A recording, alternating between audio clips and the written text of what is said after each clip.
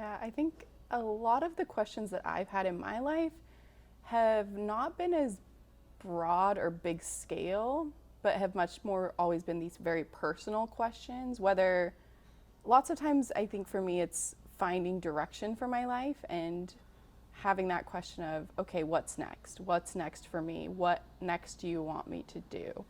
I find sometimes I get answers through verses on the page as I'm reading the scriptures, like a specific verse, like the wording specifically will cause me to realize, oh, that's my answer. And that's happened when I've moved different places, but then also sometimes I've gotten answers through a friend, through me talking about different possibilities that I'm considering and them saying, oh, well, I see you doing this, or like, what about this? And then it makes me think about something from a whole different perspective. But I might never have the answers, and that's okay.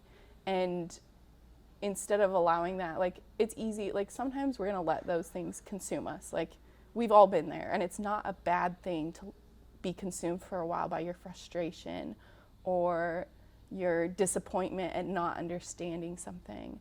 But I think it then comes where you start realizing and start trusting, okay, what do I do? What do I know?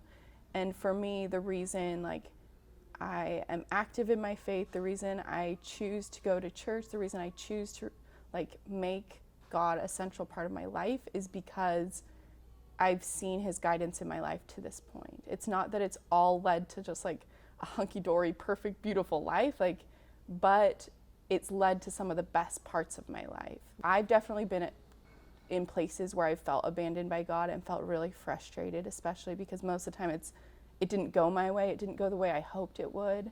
And it was a very righteous desire. So you would think, oh, well, it's a good thing. Like, isn't God going to let it happen?